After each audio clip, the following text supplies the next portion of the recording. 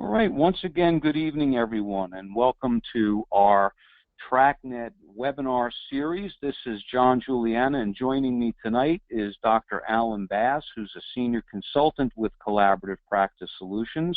How are you tonight, Alan? Very good. Good evening, John. Good evening, everyone.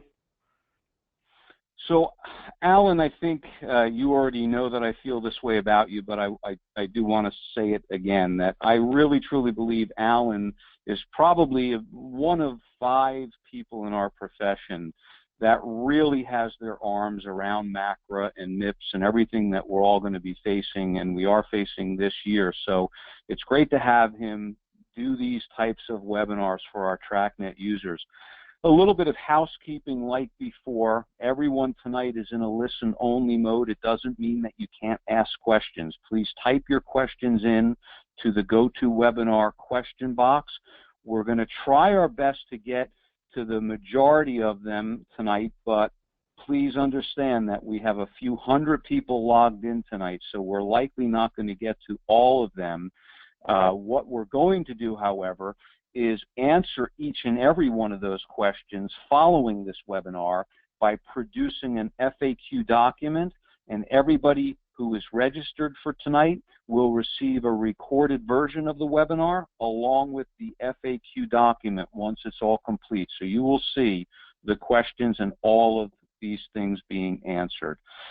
Additionally, this is actually the 3rd webinar that we're doing on MIPS.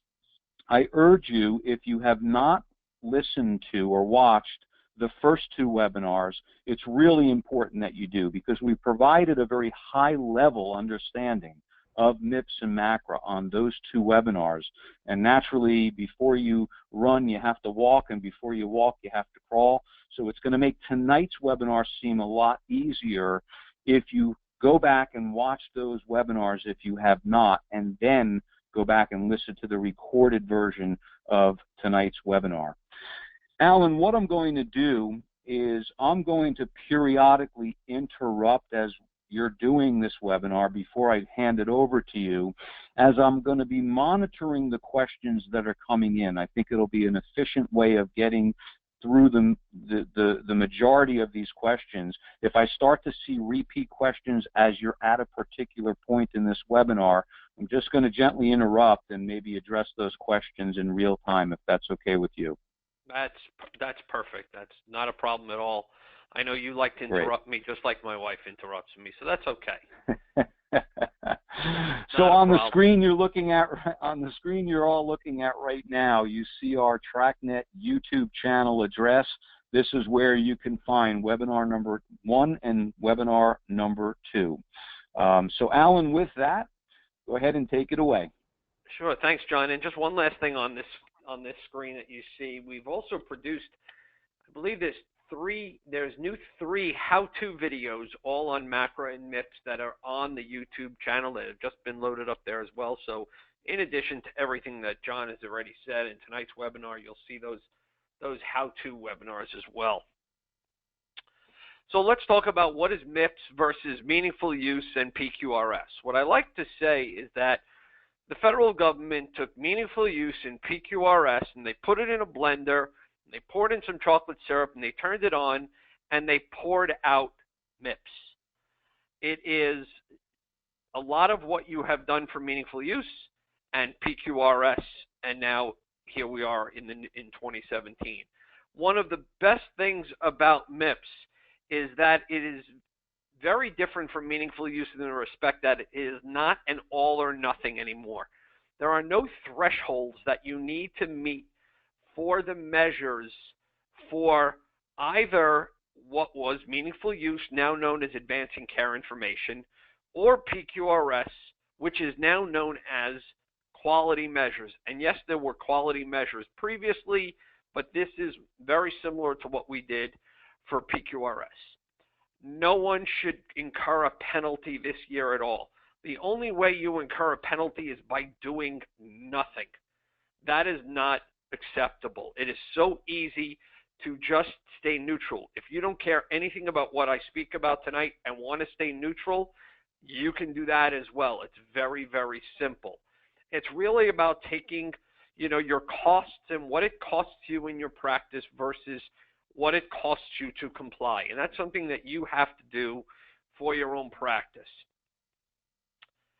When we talk about MACRA and MIPS, you see that everything is based on percentages, and being able to work on these percentages will determine on what your incentive will be in 2019. Everything you do is always 2 years removed from when the penalty and or incentive is paid. As you could see in 2017, a category that is part of what will be MIPS, known as cost, is not included at all in 2017 whatsoever. It is only based on your quality, your advancing care information, and your improvement activities. So now the new MIPS quality measures and ACI reports are now located in the same place as they were in TRAKnet previously. Under your reports, we've now just put them under a separate line: your advancing care information, which was your meaningful use, and your quality measures for MIPS and MACRA. You'll find those there, and I'm going to show you what one of the reports looks like later on. What I really want to do is just do a very quick recap of advancing care information for meaningful use. The steps to complete them have not changed, except, like I stated, there were no thresholds to meet for these measures. So advancing care information accounts for 25% of your overall total MIPS score. You could try to get 135 total points that are available under that advancing care information. Those points top out at 100. If you were to score 100 points, that's when you would get the total 25% of your composite MIPS score. Let's talk again about how you stay neutral versus how you're getting an incentive. So when you talk about advancing care information, if you only do the base measures once, literally, when I go through the measures, I will show you them. If you only do those measures one time and underreporting that, you'll stay neutral. You won't get anything. You won't get an incentive. You won't get a penalty. You will get half of what you will earn towards that total 25%. If you want to earn an incentive, or the full amount that you can try to get under ACI, and increase the chances of receiving a MIPS incentives when you add in your quality and when you add in your improvement activities. The more measures you do beyond the base measures, the more times you do the additional measures, that will increase your advancing care information points and then ultimately your overall MIPS composite score. As we said earlier, you're going to get a base score of 50 points. You need to do that just to remain neutral. Then your performance score will add more points, 80 more points, and bonus would get you another 5 points. So doing a little bit here and there on your additional measures to increase your performance score will most likely get you over 100 and therefore get you the most you can for advancing care information. TRAKnet users can report up to 9 transition measures based on our certification. We are 2014 certified, which is still okay.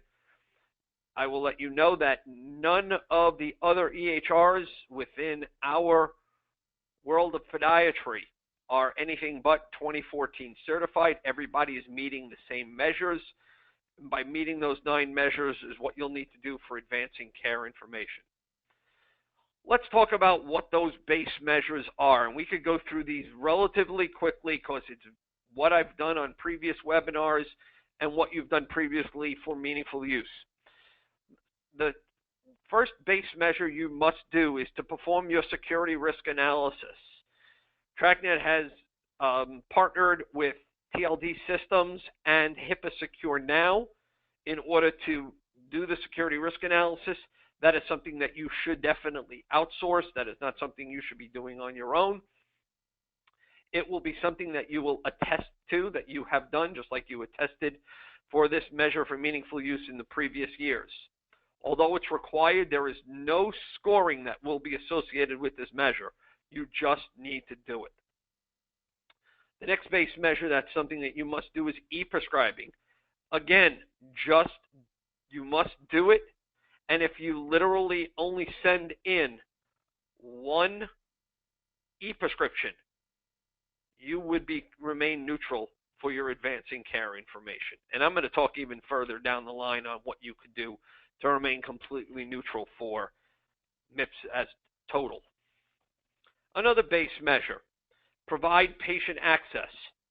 That was the old meaningful use objective 8A, where we talked about email addresses and providing patient access to them. But remember, you can get up to the 20% for providing your patient access, but it is not a threshold that you need to meet. So you just need to do this. As I said to a client earlier today, just do it. Like Nike, just do it. Do it as much as you can. I know that there are podiatrists who have practices in nursing homes and assisted living facilities, and patients who don't have email addresses don't want to give email addresses. It's very different from meaningful use measure 8A. Just do it as best you can. It's going to be something that is going to be just how often you do it. The higher your percentage is, the closer to the full 20% you're going to be able to get for this measure. So if ultimately on the TRAKnet report, you get 50% on this, you're going to get 10% for this measure. Just a quick recap, it's done the exact same way as it's done in TRAKnet as it was done previously. Completion of the encounter for a unique patient, you're either on the top of your screen, your CCDA button will turn red. If you have pre-populated your CCDA, you can very easily click there. If you need to complete your CCDA by clicking patient engagement, you can open up the patient engagement, you can open up the CCDA, and then complete your CCDA, and then send it off to the patient that way. I know that I have personally set up my templates where I have the fields that I need for patient engagement are in my encounter, and therefore will pre-populate, and I can just click the CCDA button at the end and completion of my note. If you do have to go in and complete the CCDA, you will click Actions and then Send to Portal, and it's the exact same way as if you would have clicked the CCDA button on the patient's chart or home screen. Health information exchange, exactly the same as what we had done for old meaningful use objective 5. Talks about creating the summary of care and transmitting it electronically. For TRAKnet, the steps are exactly the same as you had done previously to be at 100% for this measure. Hasn't changed for MIPS. You're going to click the referral button from the patient's chart for someone you're sending out.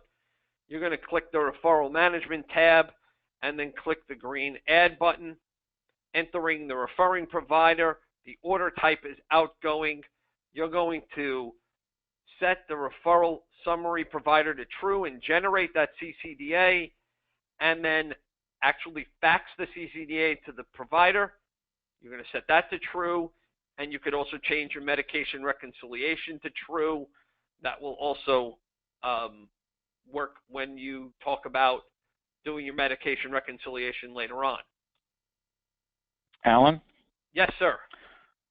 A couple of questions about the CCDA. Does submitting the CCDA suffice, or does the patient actually have to respond? So for the base measure, it's only providing the access, similar to what 8A was in meaningful use. You just have to get their regular email address to be able to send them an email to allow them to set up their Microsoft Health Vault portal. They don't have to respond for that measure under the base measures. In just a minute or two, we're going to get into the additional measures, which we talk about where the patient, you should encourage the patient to set up their portal. But for that measure, just sending the regular email when you complete the CCDA will do what you need to for that base measure. So to repeat, just to remain neutral, you actually just have to do these things one time in a 90-day reporting period and you're done. That's it. It is much easier than meaningful use. There are no thresholds. Let's talk about the additional measures under ACI that will help you improve that overall ACI score. So, John, now that leads right into what we were just talking about. So the old meaningful use measure 8B, having a patient set up that portal. So people always ask me, how do you get them to do it? Well, I try to get people who seem a little bit more tech savvy. Maybe I'll even offer a Starbucks gift card to a patient who might, we get them to set it up. I might go broke doing it that way. But this is the additional measure that if patients set up your portal. Now it's an additional measure. Again, you could get up to an additional 10% or 10 points for this measure. So don't panic over this. But you should try to just get at least one person to do it. So the more you do, the more you'll get on this measure. Secure messaging, the old meaningful use objective number 9, same thing. Encouraging a patient to send you a message once they've set up their portal. Same as what you did previously. So encourage the patients to set up their portal, send you back an email. It will just be a way to get as many points under ACI as you can. Once you do get a message from a user, you're going to click on import to the patient's chart, and then once you do that is how it is recorded. So from your inbox, if you receive a message, receive a new secure message from a patient, you then import it into the patient's chart, and then that is how it will tick off on your report. Patient-specific education, old meaningful use objective 6. If you're sending out your CCDAs, you're sending out your education. It's already pre-built into your CCDA. It's nothing you have to set up. Based on your diagnosis and your medications, it's all going to be part of your CCDA. So by sending your CCDA, you're sending your patient-specific education. Medication reconciliation. Perform the medication reconciliation just like we explained when we were talking about sending the referrals. These are additional measures that you can be doing in order to get that done. As we said, hasn't changed under MIPS. You're going to click the referral button, click referral management, click the green button. You're going to change the referring, you're going to enter the referring provider. You're going to change the medication reconciliation to true. And I've always recommended doing this on new patients. We do it anyway, and we change the new patient to true. That will tick off that measure as well. Last but not least, under additional measures, public health reporting. Setting up to work with one of the registries that TRAKnet has integrated with, both MedExpress and the wound care registries. These haven't changed. You're going to attest to this through attestation as well. And on the following slides, you'll click Reports and Specialized Registries. You're going to click the registry that you want. Oh, I'll go back. And then it will load in the ICD-10 codes that are pertinent to that registry. And then you're going to export it to the registry at the end of this year.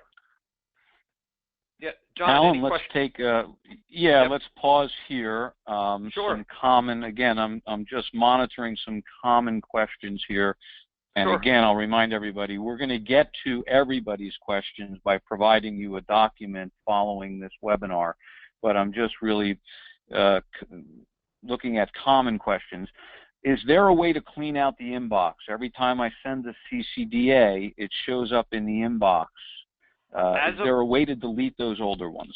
As of right now, there is not a way to delete the older messages that have come back, which are not only the acknowledgments of you sending that message, but then any secure message that comes in. For right now, no, that cannot be removed. Okay. Going back to the transmission, electronic transmission of that care document, can it be done by fax? So when we're talking about the health information exchange, the answer is yes. When you're referring a patient to another provider and you generate that CCDA button, so we're going to just quickly jump back up to that screen, and we'll come back up to here. You're going to enter in your referring provider. You're going to leave the order type as outgoing. You're going to change the referral summary to true, and then you'll ultimately generate the CCDA. You're going to also change the referral summary provided electronically to true, because for a 2014 certified software, faxing the CCDA is allowed. So in this case, the answer by faxing it is okay for the CCDA to a provider, but not in regards to doing it for a patient. Any other questions, John? Nope, we'll continue, and again, I'll get common questions to you. Okay, so the more you do, the better your ACI percentage will be towards your overall total MIPS score. Now let's get on to quality measures, which is probably why you're all here tonight. This was something that has been worked on long and hard. CMS was very late in finalizing everything, which is why it took some due diligence on our part to make sure all the calculations were done correctly and why we set everything up the way we did. So quality measures has replaced PQRS. You can report via claims or registry, but in TRAKnet you must choose before you start how you're going to report. All of your quality measures must be done in the same fashion.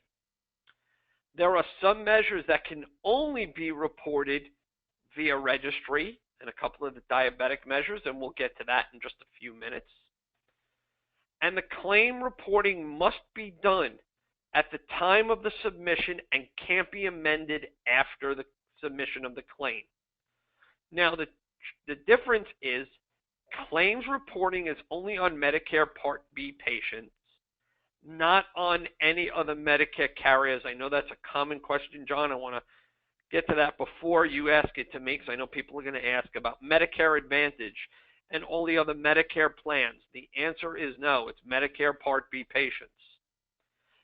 Registry reporting is for all carriers, all private insurers and Medicare. But the big benefit to registry reporting is that the data that you're going to gather can be done at any time. You're not under the time constraint of getting it done and reporting it on your claims. Once you indicate how you would like to report, the new editor is going to show up on your invoice screen. People ask me, why is it there? I've worked with the developers to put it there because everything in regards to quality measures is based on your patient's age, insurance, CPT, and diagnosis codes. That's why the new editor is placed where it is. The new MIPS templates that have been added to there have been new templates added to your library. There is no coding that's been associated with these templates, and it's for documentation purposes only. People ask me, why did we do that?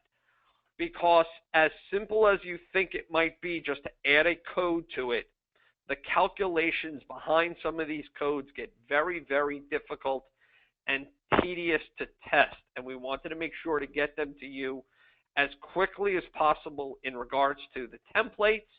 And I'm going to show you how easy it is on the editor, regardless of whether you choose registry or claims. And now, while the old PQRS templates had the codes and will still work for documentation, and the codes would still get on the invoice, the biggest problem is the calculations. Some of the calculations have changed, so they will not show up on the new MIPS quality measures. It should actually say report. So there's pluses and minuses to using those old PQRS templates for documentation and for coding. So let's go through how it works in TRAKnet and how easy it is in TRAKnet. So first thing you're going to have to do is set it up. You're going to have to go to your tools in the upper left-hand corner, click on options, click on the small triangle next to quality measures, and then choose claims or registry. TRAKnet has become... Alan? Yes, John. There's a couple of people asking, overall, what do you recommend, claims or registry? And I know the answer, but explain why.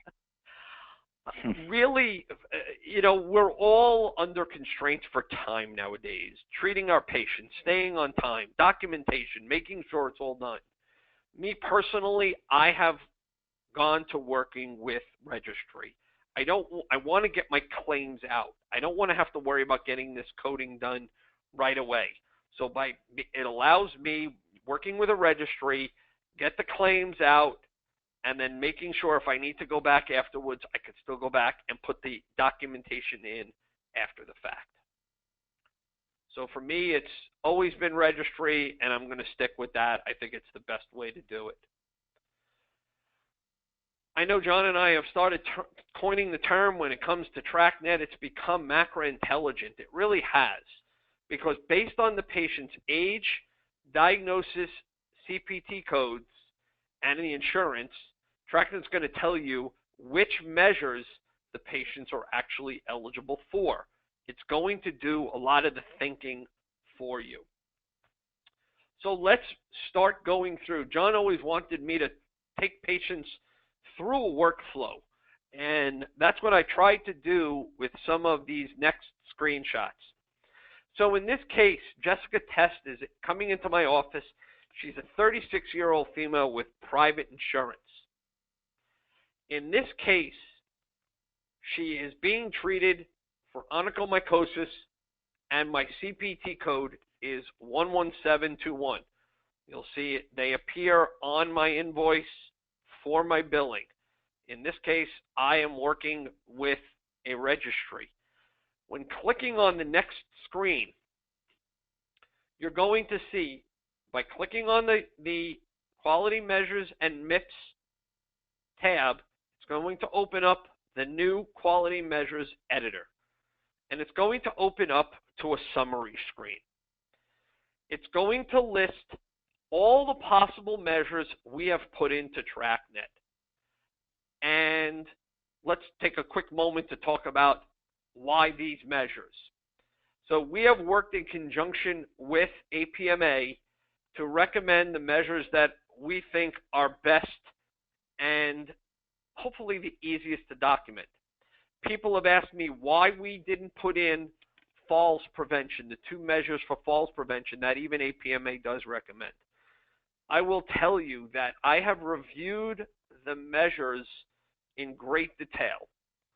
The documentation that is truly necessary to utilize the falls prevention measure is very, very difficult. To give everyone an idea, you have to document, for everyone that you would use falls prevention on, you have to document both a supine and sitting blood pressure on every one of those patients. I think it's more of a hassle that we even do blood pressures nowadays, but we do need to. But that's just one of approximately 5 or 6 specific bullet points that needed to be and with falls prevention. So that's why we've chosen to not use that. So in this case, Jessica came in with a diagnosis of onychomycosis and a CPT code of 11721. You'll see that based on the encounter code, that she does not qualify for any measures needing to be documented on her whatsoever. So at this point, you can just not worry about anything for Jessica based on those diagnoses and CPT codes. TRAKnet has done the work for you for each one of those measures. Now let's change it up. Now let's change leave onychomycosis, but change that diagnosis, that CPT code from 11721 to 99212. You will see that the encounter code of 99212 causes some of the measures to now go from no to yes, and meaning that Jessica qualifies to have documentation done for certain measures. You'll see that some are still marked no. Based on her age, she is not eligible to have care plan or to have pneumococcal vaccine done. So only certain measures need to be documented in her case. So in this case, what we did is we double-clicked on either, so you could do one of two things. I'm going to go back up real quick. You can either double-click on a line, let's say 317 for screening for high blood pressure. You can either double-click on the line or actually click on the tab, and it will take you to the actual documentation that's needed now. Now, everybody is starting out in the non-coding with a nothing has been documented yet. So this bullet will always be there. You then just need to click on one of the choices, and each one of them is explained. Whether it's performance, your performance has been met, your performance has not met, whether the patient is an exception or an exclusion. And as you can see, these things get very difficult, and I give any developer, not just TRAKnet developers, any developers who figure this out, I give them a lot of credit. Once you click on a specific measure or a specific choice or G code for that measure, in this case we'll choose normal blood pressure and no follow-up is required, you're going to see now that this code has now entered onto the editor for this. And if you're submitting via registry, this data is stored in the background and will not appear on your invoice. John, before we even move into the next one, any questions coming up? Yeah, I'm just looking through them right now, Alan. Just repeat what you said about whether this is for just Medicare or for other carriers, and differentiate what determines whether they are or not, because a few people have asked it since you covered it. Not a problem. So if you decide to submit your quality measures via claims, you only need to submit them on Medicare Part B patients only, not the Medicare Advantage plans or any other Medicare plans. If you choose to submit your quality measures via a registry, it is for all of your patients' private insurances as well, Medicare and private insurance carriers. And all of them need to be done in the same way. Can't change. Right. Alan, also, I think there's some confusion over the word registry. We have a few people asking that they thought they only had to do 20 patients. They're confusing registry. Sure. So the 20 patients are, there is a minimum amount, there is a minimum threshold of patients that need to be submitted for a measure. So if you're going to choose to submit certain measures, you need to make certain that at least 20 patients fall into that category. And you'll be able to run reports. Remember, and I don't know even know if I said this, you only need to do this for a consecutive 90-day period. Any consecutive 90-day period. Doesn't matter what it is. You can start on Monday, the 20th, and do it for a few weeks and see how you're doing. You don't like how you're doing? Start over. You can choose however you want. So all the patients, you need to just have at least 20 in a category. And the registry is used for not the same registry is used for your advancing care information, for the specialized registry. So that term can be a little confusing. That specialized registry and the registry reporting for quality measures are one and the same. You think that covers it, John? Yeah, I think people are getting confused with 20 patients, meaning like the old measure group, like the diabetes measure group. You only had to do 20 patients and you were done. So just define how many measures, I think where the confusion is coming about. Yep, I'm very sorry again. You need to complete 6 measures. So of the group that we give you, we'll just back up so we can show them here. Of the 11 that are here, you need to make certain that you use at least 6 of them. Yeah, and this is important because it's covered on webinar 1 and 2. So I think we all have to go back and refresh ourselves with those basic webinars that led up to tonight's webinar. And of course, I'll be providing my email address at the end. That if anybody has any specific questions, they'll feel free to email me, and we'll again put all those answers on that FAQ document as well. But of these measures that we list here, there'll be 11 of them because you'll see in just a minute, you'll see about the diabetic ones.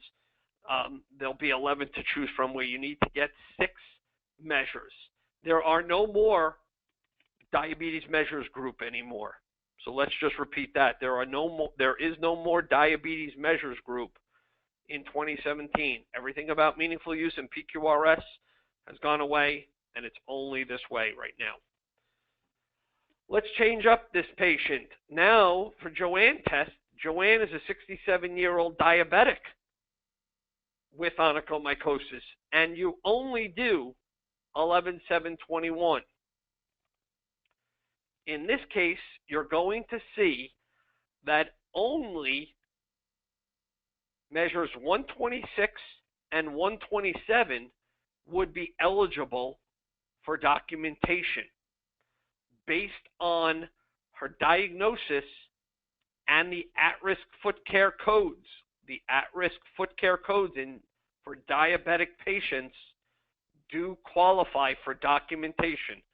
So you can see that it doesn't need to be an E&M, but TRAKnet knows to tell you when you open up the measures editor and go to that encounter tab, those 2 measures for diabetic foot and ankle care for peripheral neuropathy and for ulcer prevention for footwear, those qualify to be documented for this patient. Let's change it up from a 67-year-old diabetic with onychomycosis. Let's also give them the 99212. You will see now that this patient becomes eligible for all the measures based on their age and their CPT codes.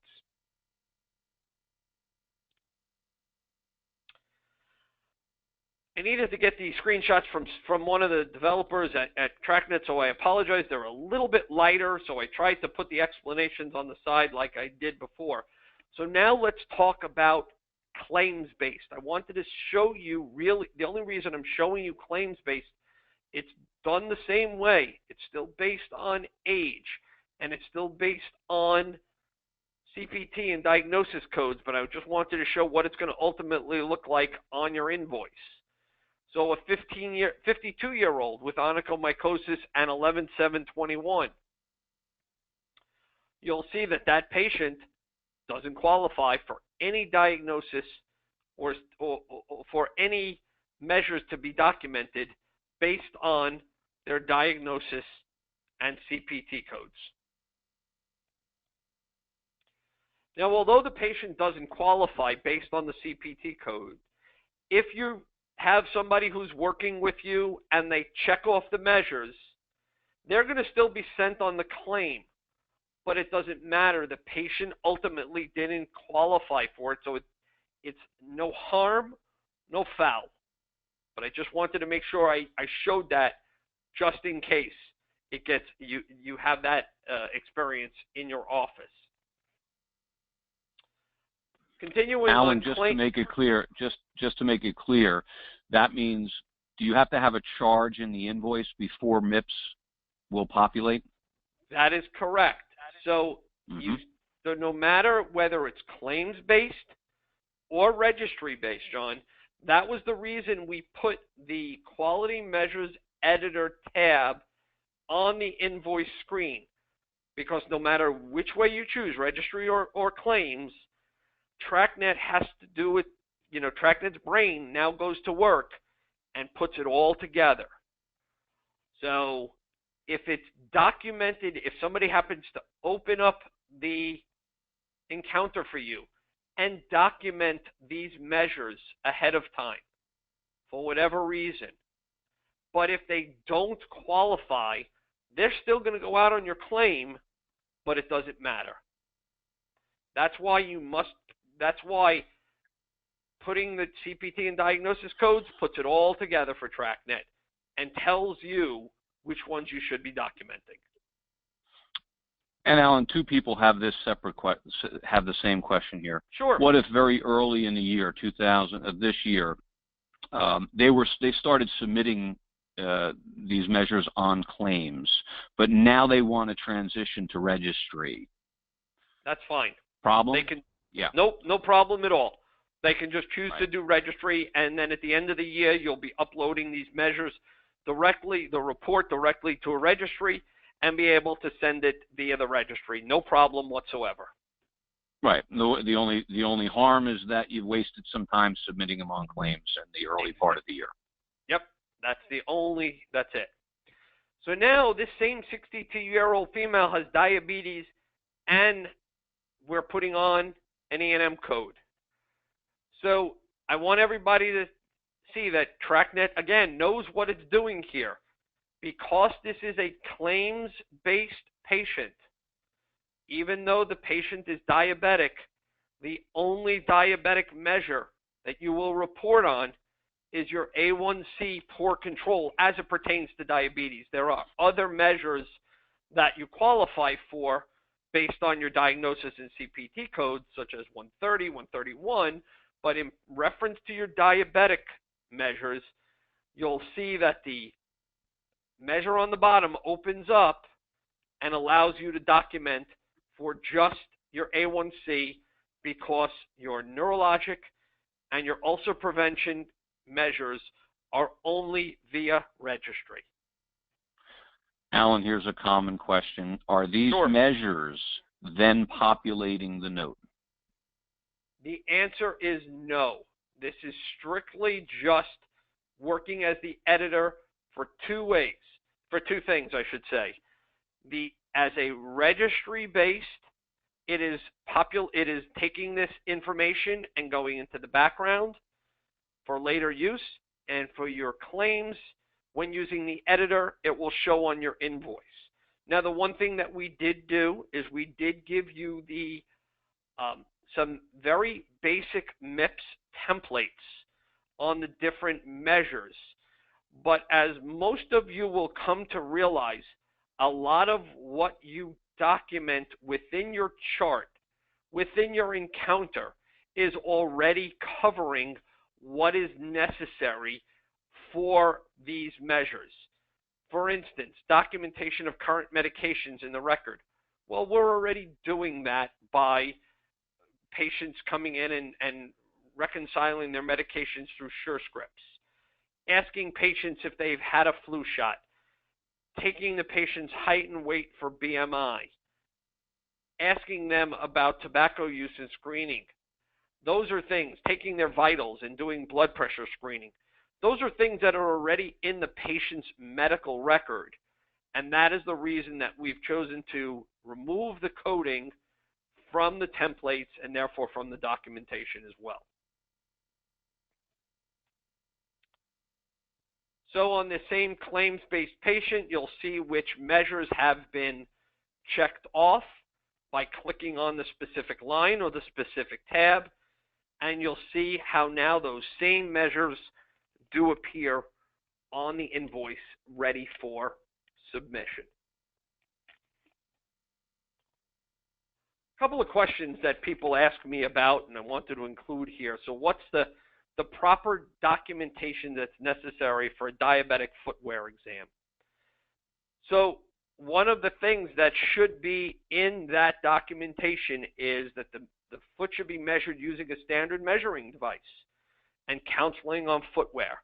Now, the template we've provided is very simple in documentation, just indicating that the measure was performed, and you should go into the MIPS template and edit it as you see fit on what you do within your practice, the type of measuring device you use, and what you discuss in counseling in regards to footwear.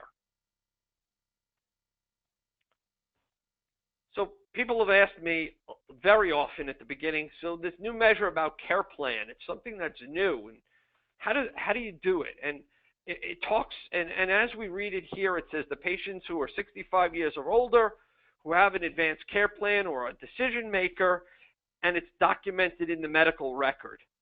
And how do you do something like that? Well, in my practice, in addition to my work here with Collaborative Practice Solutions and TRAKnet, I still am in private practice in New Jersey. I've made up an additional sheet that's part of my intake forms, and even now for patients who come in, they get handed a form, and it's a very simple question.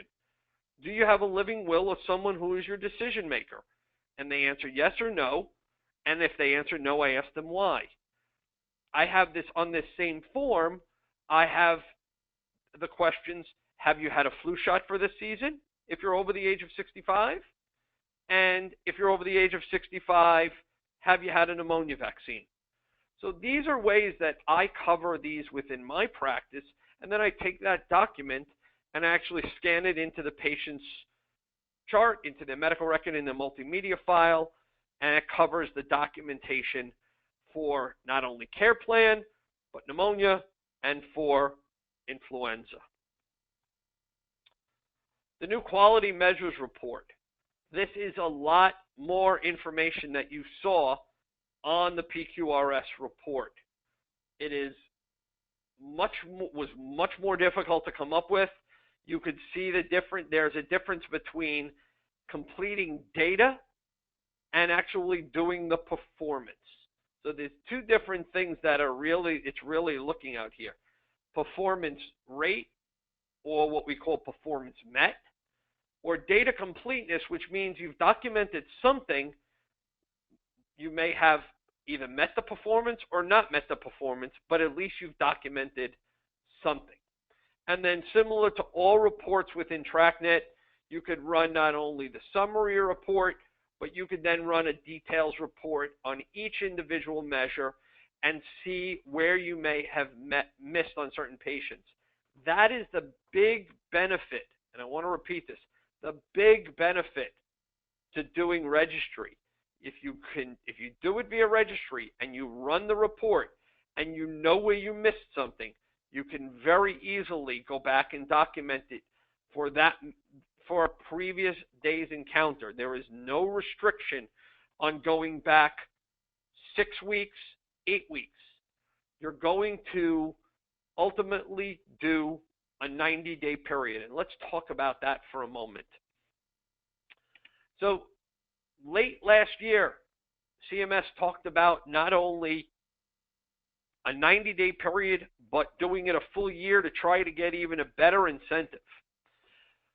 So after a lot of discussion on CMS's part, and I picked up the phone and called CMS myself, I will tell you the following. the amount of data you submit is not as important as the quality of data. So the quantity doesn't matter, but the quality does. If you submit a ton of data for 1 year, it will not get you an incentive any greater than if you get good data for 90 days. So I'm going to repeat that. The quantity of data you give them for a year won't get you any greater incentive than if you do very good documentation for 90 days. So let's just, and in summary, for clinical practice improvement, CMS has not released any information on how you're even going to attest for these measures. But what I would like you to do is go back and review the previous webinars where we talk about the activities that can be performed. There are high weight measures, there are medium weight measures that you should be doing in your practice now that CMS has. They didn't say how you're going to be documenting it or how you're going to be attesting to it, but everybody is under the impression that users are going to attest to just doing certain clinical practice improvement activities. As I said on the last several webinars, very surprisingly, CMS has a phenomenal resource page, qpp.cms.gov. If you want to go and review everything. And last but not least, as people say I'm crazy, but I give out my email address, and I would like everybody to please write it down.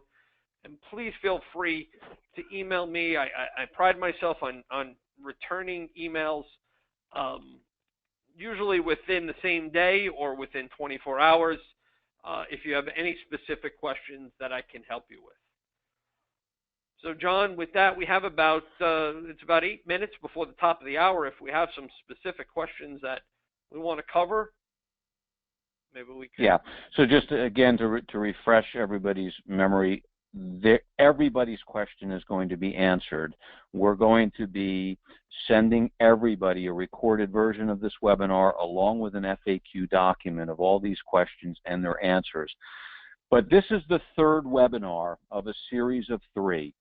And the first 2 covered the basic elements and components of MIPS and MACRA. Aside from reviewing them, Alan, the questions that we're getting, such as where are the templates located and whatnot, what I really think we now need to do is, now that we've completed these 3 and everybody sees the editor, Alan, I'd like your thoughts on putting together a webinar that is a live look at a database, your database, without a real patient, of course.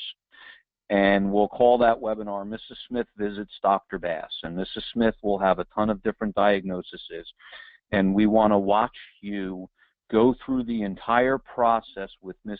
Smith, including the documentation, the template choices, the editor use, everything that you've covered here tonight, but we'll do it experientially on that live webinar. Does that make sense? Sure. So what I would probably suggest to you, John, is that, as I've said to a lot of people over the last week or so, what I'd like everybody to do is take the next 2 weeks, because again, you're not under a time frame right now. Take these next 2 weeks to start playing around with patients and seeing how if you can get your own workflow down and see how it works for you. And what I think, John, is maybe sometime in maybe the second week of March, we could definitely put that webinar together, and I'll take everybody through Mrs. Smith visiting my office. Good. Alan, the registry, can you discuss MedExpress? We have a few people asking that question. I would just reach out to them. I'm not 100% sure of the cost involved, if that's what people are asking. I just know that we've had a very good working. Oh, okay. Yeah, the contact. So it's MedExpress. People are asking what registry do we recommend. It is MedExpress. If you contact support, they will They will provide you their contact information to reach out to them. Their customer service is excellent. They'll take you through the process of how to enroll. Yes. And I've had a very good working relationship, and we work very closely on the integration with sending them, the PQRS information for 2016, and it's just moving forward into 2017, and it's been very easy for all of our users. They do a lot of hand-holding and getting them through. So last but not least, I just quickly see the last question I think that showed up. Let me just, somebody asked about the resource page for CMS is right there. And people, I think, also may have asked, where are the new MIPS templates? They are just listed under all of your templates. Where all your templates are, it's listed in a category known as MIPS. So you'll see all of the templates for all of the different measures that are there, and edit them as you see fit. They're very straightforward. All TRAKnet users should be very familiar on how to edit those templates. Any other lingering, repeating questions of the same theme? Nope, I think we'll get the rest of these all answered on the document, Alan. Yeah, so I'll be more than happy to get that done. Hopefully we'll get that to everybody within a few days or so. And anybody has any specific questions, please feel free to reach out to me. There's my email address. I'm actually pretty shocked that nobody has sent me an email yet, and I know that's going to prompt people to do that right now.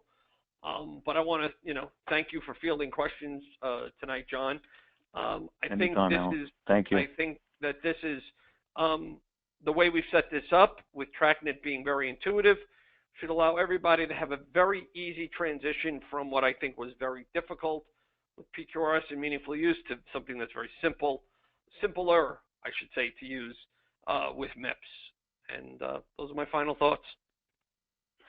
Very good. Thank you, Dr. Bass. Appreciate it.